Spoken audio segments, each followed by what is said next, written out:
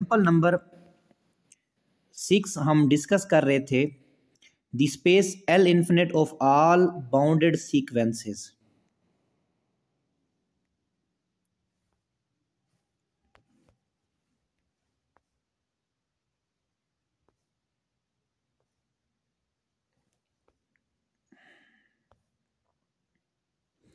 तो हेयर इस bounded sequences के ऊपर किस तरह से हम मीट्रिक डिफाइन किया गया होगा।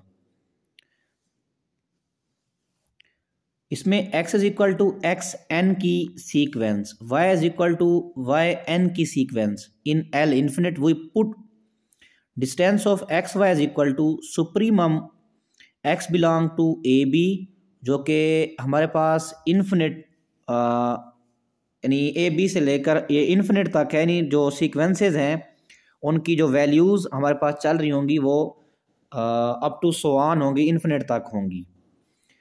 X n minus y n, यानी जो एन होगा वो इन्फिनिट होगा।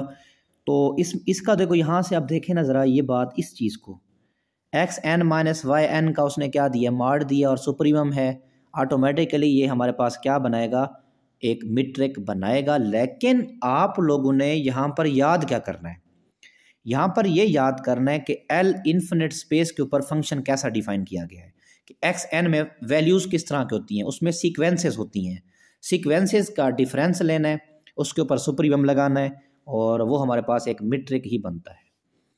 The space L2, the space L2 consist of all real और कंप्लीट सीक्वेंसेस। इसके अंदर भी हमारे पास सीक्वेंसेस ही होती हैं और सारी की सारी सीक्वेंसेस बाउंडेड होती हैं। लेकिन अब बाउंडेड कौन सी होती हैं, अगर उसका स्केयर ले लें और सम कर लें तो वो हमारे पास क्या आ जाएंगे, बाउंडेड आ जाएंगे। ये इसका मतलब ये है कि उस सीक्वेंस का स्केयर लें और फिर उसको सम करें तो वो जवाब जो है वो लेस देन इन्फिनिटी का मतलब है बाउंडेड होगा। द डिस्टेंस यानी फाइनाइट होगा, लेस देन इन्फिनिटी का मतलब ये है कि फाइनाइट होगा, और हर फाइनाइट जो होता है बाउंडेड होता है। जब हमें उसका डिस्टेंस का पता चल चुका है कि ये इसका डिस्टेंस आएगा तो ऑटोमेटिकली हम उससे एक बड़ा नंबर ले के कह सकते हैं ये इससे बाउंडेड हो, ये इससे बाउंड हो गया। The distance function d on L2 is defined as follows, x n, और इस एक्स एन का मतलब है ये हमारे पास एक बाउंडेड सीक्वेंस है, वाई एन है, ये L2 में है। अब इस L2 के ऊपर किस तरह का मीट्रिक हमने डिफाइन किया गया है, distance of x Y is equal to square root K is equal to 1 to infinite, ये सम इनका कर रहे हैं एक्स के माइनस वाई के का square, then L2D space is called a metric space. अच्छा मेरा ना यहाँ पे एक सवाल है, सवाल तो बेसिक सा है, तो आप ना ज़रा मुझे अगर किसी को आता होगा तो क्लास के बाद बता देगा, अदरवाइज़ ज़रा सोच के मुझे बताएगा। हम छोटी छोटी क्लासेस को पढ़ाते तो हैं, कभी कभी हम पढ़ते हैं स्क्वायर रूट, कभी हम पढ़ते हैं, मिसाल के तौर, इसकी मिसाल मैं यहाँ लिख रहा हूँ। अब इसको क्या पढ़ेंगे, 2 का स्क्वायर रूट पढ़ेंगे या अंडर रूट 2 पढ़ेंगे, ज़रा मुझे अगर आता हो तो बाद में बताइएगा, अभी नहीं बताना, मैं अपना लेक्चर कंप्लीट कर लूँ।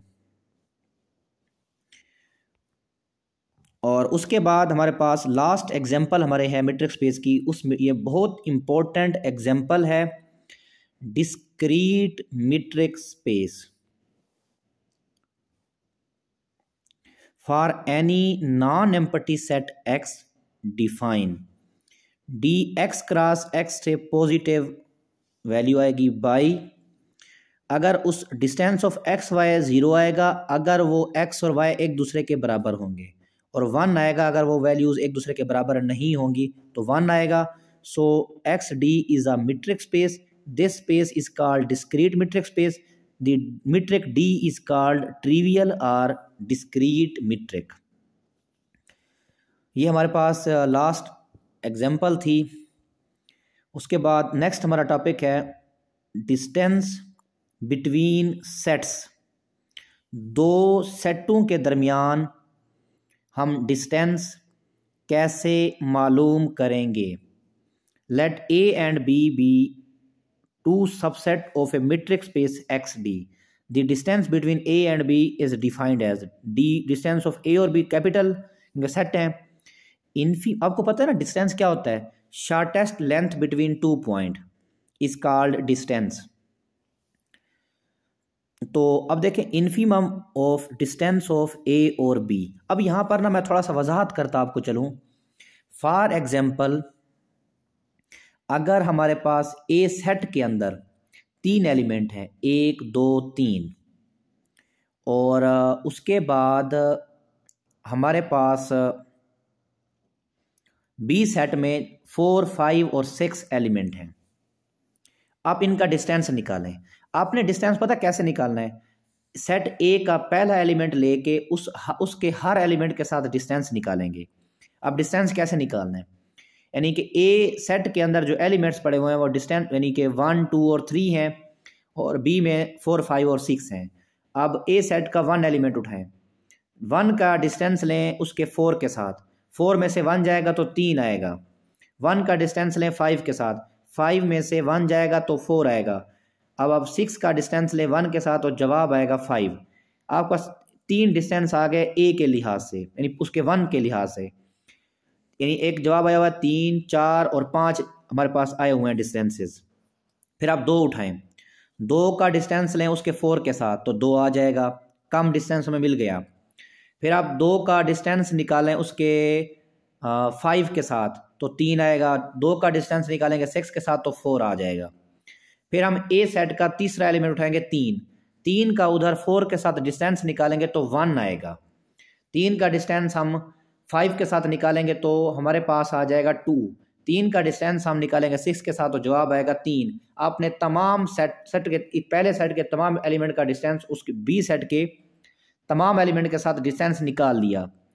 अब आप मुझे बताएं मिनिमम डिस्टेंस कौन सा है, जो कि यहाँ तमाम ए के और बी के तमाम पॉइंट के साथ डिस्टेंस निकालना है। जो सबसे कम होगा वो उस सेट ए का और सेट बी का डिस्टेंस होगा। तो सबसे कम आया था 3 और 4 का, जो कि 1 आया था। तो इस ए और बी सेट के दरमियान जो डिस्टेंस है वो 1 का है। उम्मीद है कि समझ आ गई होगी। और नेक्स्ट हमारे पास है distance between a point and a set. एक पॉइंट का एक सेट के साथ डिस्टेंस कैसे निकालना है। If A is equal to singleton set, यानी एक सिंगल एलिमेंट हो गया, subset of X, then distance of A और B is written as distance of X B, यानी एक एलिमेंट का एक सेट के साथ distance, and is called the distance at of a point from the set B. इसको कैसे करेंगे, distance of A B is equal to infimum of x belong to A, distance of x का B के साथ। अब ये आप कैसे समझ, इस तरह से देख लें, ए के अंदर एलिमेंट ही 1 पड़ा हुआ है, तो आप उस x का यानी उस 1 का डिस्टेंस b के तमाम एलिमेंट के साथ निकालेंगे, जो कि उसमें एलिमेंट पड़े हुए हैं 4 5 और 6।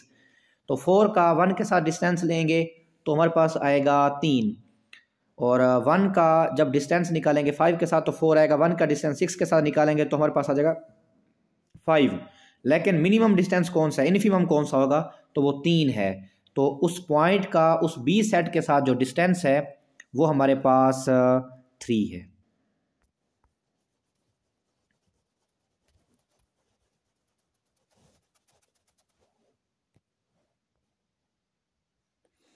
नोट, इसके कुछ रिजल्ट हैं।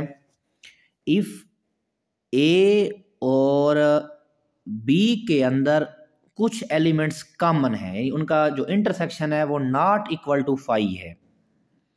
अच्छा, जब इंटरसेक्शन नॉट इक्वल टू 5 आता है, इसका मतलब ये है कि उन सेट्स में कुछ ना कुछ एलिमेंट्स हमें कॉमन मिल रहे हैं।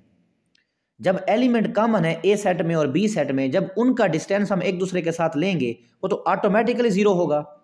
जब वो 0 हो जाएगा तो वो भी यही कह रहा है कि जब उनका डिस्टेंस, उनका इंटरसेक्शन वो नॉट इक्वल टू 5 है तो उनका डिस्टेंस हमेशा क्या होगा, 0 होगा। उसके बाद converse of this statement is not true, यानी कि अगर उनका डिस्टेंस 0 हो तो ये ज़रूरी नहीं है, लेकिन ये बात कन्फर्म है अगर उन दो सेटों में कुछ एलिमेंट कॉमन है तो डिस्टेंस हमेशा 0 होगा। अब अगर डिस्टेंस 0 है तो उन सेट्स में का जो इंटरसेक्शन है वो ज़रूरी नहीं है कि वो हमारे पास नॉट इक्वल टू 5 हो। तो इसको मैंने यहाँ एग्जांपल की तरह दिया है।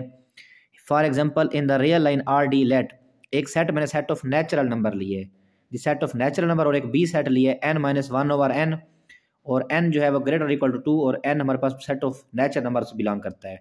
पहले इसमें 2 पुट करें, 2-1/2 बन जाएगा हमारे पास 3/2, और जब 3 पुट करूँगा तो हमारे पास जवाब आएगा 8/3,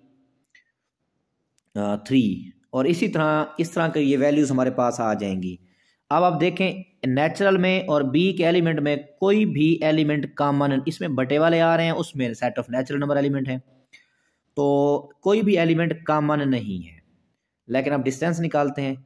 अब इनका डिस्टेंस निकालेंगे, n-1/n में से माइनस कर देंगे n को, n-1 जब इनको माइनस करेंगे तो जवाब हमारे पास क्या आएगा, 1/n आ जाएगा। और क्योंकि n यहाँ पर जो है वो सेट ऑफ नेचुरल नंबर है, सेट ऑफ नेचुरल नंबर भी किसको अप्रोच करता है, इन्फिनिट को, तो ये किसको अप्रोच करेगा, 0 को। जैसे ही n अप्रोच कर जाएगा 0 को, इन्फिनिट को, तो इसका जो भी डिस्टेंस हमारे पास क्या आ जाएगा, ऑटोमेटिकली हमारे पास 0 आ जाएगा। इस तरह से यहाँ पर इंटरसेक्शन भी इक्वल टू 0 है। देखें डिस्टेंस 0 आया है, लेकिन इंटरसेक्शन भी ज़रूरी नहीं है कि वो नॉट इक्वल टू 5 हो। अगर इंटरसेक्शन नॉट इक्वल टू 5 है तो डिस्टेंस हमेशा 0 होगा। अब अगर डिस्टेंस हमारा 0 के बराबर है तो वो उनका दो सेटों का इंटरसेक्शन ज़रूरी नहीं है कि वो हमारे पास equal to not equal to 5 हो, वो इक्वल टू 5 भी हो सकता है। ये रिमार्क वैसे दोबारा रिपीट हो चुका है। Let A B a subset of X D for any X Y in X, distance of x का A minus distance of Y A less or equal to distance of x Y. हमेशा चाहे हम element का distance x के साथ लेके minus करें, वो दो एलिमेंट के डिस्टेंस से हमेशा छोटा या उसके बराबर होता है। वो माइनस वाला कंसेप्ट मैंने पहले बता दिया है कि दो डिस्टेंसेस का जो डिफरेंस है वो एक डिस्टेंस से हमेशा छोटा या बराबर होता है। नेक्स्ट हमारे पास है डायामीटर ऑफ ए सेट। अब इस डेफिनेशन को एक्सप्लेन करने से पहले मैं आप लोगों को डायामीटर का कुछ कंसेप्ट, कुछ आइडिया दे देता हूँ ताकि हमें याद करने में आसानी हो कि कहीं हम सुप्रीमम लगा रहे हैं, कहीं इन्फीमम लगा रहे हैं, तो क्यों लगा रहे हैं। अब ज़रा सर्कल की तरफ अगर हम जाएं तो सर्कल में डायामीटर क्या होता है। सर्कल में डायामीटर वो होता है ऐसी लाइन जो सेंटर से पास होती है और सरकमफ्रेंस को टच करती है, और बहुत ही कोड है ऐसी कोड जो सेंटर से पास होती है। और कोड क्या होती है, जो सर्कल के सरकमफ्रेंस के दो पॉइंट को मिलाता है, जो मिलाने वाली लाइन होती है वो कोड कहलाती है। तो अगर हम देखें मैक्सिमम जो कोड का डिस्टेंस होता है वो डायामीटर का ही होता है। तो यहाँ पर भी डायामीटर ऑफ ए सेट की बात यह है, उस सेट के हम तमाम एलिमेंट का एक दूसरे के साथ डिस्टेंस निकालेंगे, जो मैक्सिमम डिस्टेंस होगा वो उस सेट का डायामीटर कहलाएगा। तो यहाँ इसको एक्सप्लेन कर देते हैं। For any non empty subset A of a metric space X D, the diameter delta of A of is denoted by delta of A defined as supremum of x y belong to A distance of x y. यानी कि हम x के तमाम element का एक दूसरे के साथ डिस्टेंस लेंगे, फिर उसका जो सबसे मैक्सिमम वैल्यू होगी वो हमारा उस सेट का डायमीटर कहलाएगी। मिसाल इस तरह दे दूं, अगर हमारे पास सेट ए के अंदर 1, 2 और 3 एलिमेंट हैं, एक के साथ जब डिस्टेंस निकालेंगे तो वो जवाब आएगा 0, 1 का 2 के साथ निकालेंगे तो 1 आएगा, 1 का 3 के साथ डिस्टेंस निकालेंगे तो 2 आएगा, तो मैक्सिमम 2 ही आया है। तो हमारे पास इसका सेट ए का जो डायमीटर है वो हमारे पास 2 होगा। नेक्स्ट है diameter is always positive real number और इन्फिनिट। जो डायामीटर होता है या तो पॉजिटिव होगा या हमारे पास इन्फिनिट होगा। अगर सेट ए जो है वो हमारे पास 5 है,